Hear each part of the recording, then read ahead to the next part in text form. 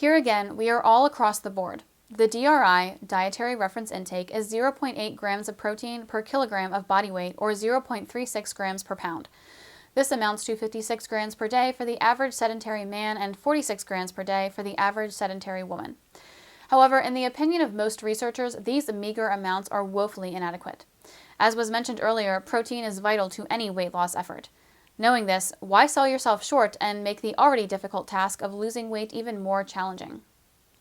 Most studies have concluded that the optimum amount of protein should be around 30%. This translates into a daily intake of 150 grams for a dieter on a 2,000 calorie a day diet. This can be calculated by multiplying your calorie intake by 0.075. The above numbers answer the question of, can I consume too small amounts of protein?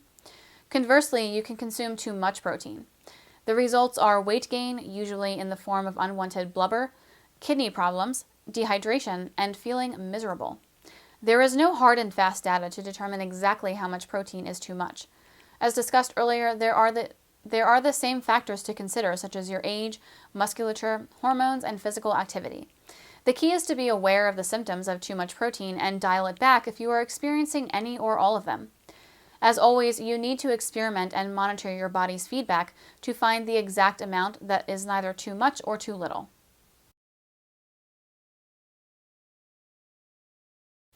You can't go wrong by taking protein immediately following a grueling workout. You have just attacked and torn down your muscle tissue, and for it to recover and grow stronger, protein is needed. Whey protein is fast-acting and therefore should be your first choice post-workout. Whey concentrate is inexpensive and is inadequate for beginners and regular people training to stay conditioned, and have no desire to compete in any athletic competition. Whey isolate is also quickly absorbed and works great for folks who are restricting their carbohydrate intake. Hydrolysate protein is the highest quality protein, but it is also the most expensive. It delivers efficiently absorbable peptides that can help you pack on muscle and is easy on the digestive system. But there's another downside to hydrolysate in addition to cost. The taste may not be to your liking, but give it a try and see if it works for you.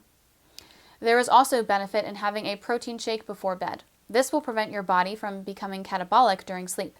A catabolic state is a condition brought on by overtraining and inadequate nutrition, especially protein. The effects are joint aches and pains, insomnia, muscle weakness, fatigue, and an inability to grow muscles. Not the desired outcome for anyone concerned about fitness and muscle building. A nighttime protein shake should be casein protein or a casein/soy mix. This is due to their slow release of protein, which will keep your muscles fed throughout the night.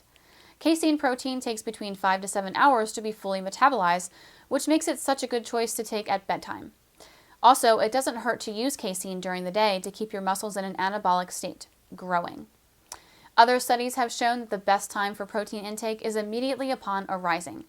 The rationale here is that morning is the optimum time to kickstart your metabolism.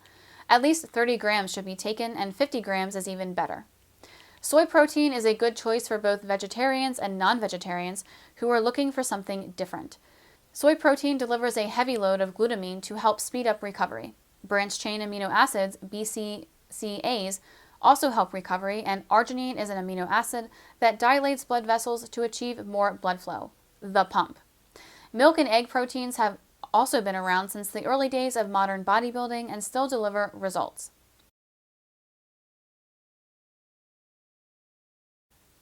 Hopefully, the facts presented have helped you clarify the confusion about protein. To review, here are the key takeaways. Protein is so important for weight loss. Memorize the measuring scale of the thermic effect of food, TEF. More protein equals more calories expended. There is no best type of protein. They all have their strengths depending on when they are ingested. Just remember to combine incomplete proteins to make them complete if they are your primary source of protein. There are a few times that are optimal for protein intake: immediately after a workout, before going to bed, and especially first thing in the morning upon arising are times to strive for. There are no specific amount of grams of protein that will be best for everyone. Our bodies are similar yet different, and therefore we all respond differently. Experiment with various amounts of protein at various times, keep detailed records of your results, and go from there.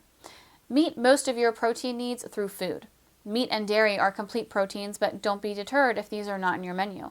Intelligent combining of incomplete protein will ensure you can easily meet your protein requirements. Here is a brief guide to help you remember the protein content of food. An ounce of meat or fish has about 7 grams of protein. Eggs contain 6 grams. 1 cup of milk has 8 grams. Half a cup of cottage cheese contains 15 grams. Cheese contains about 10 grams per ounce. Most beans contain 7 to 10 grams of protein per half cup of cooked beans. 2 tablespoons of peanut butter deliver 8 grams, and a quarter cup of almonds provides you with 8 grams. Don't forget to supplement with protein shakes. It can be difficult in the fast-paced world we live in to always eat smartly and correctly. Protein shakes can't replace protein ingested from food, and they are not intended to. They are referred to as supplements for a reason. However, they are quick, convenient, and deliver protein quickly. This is especially important soon after a strenuous workout. Whey protein is absorbed quickly, so it should be your first choice immediately following your training session. Casein and soy proteins have a slower absorption rate and therefore have a place on your protein intake menu at other times than right after your workout. Don't forget to stay hydrated. High protein intake can lead to dehydration. The good news is that dehydration is easy to avoid, provided you remember this simple equation. The more protein you ingest, the more water you need to drink. Finally, make sure to keep your nutrition well balanced. This will make sure your body is healthy and can respond beneficially to the increase of protein that you are delivering to it.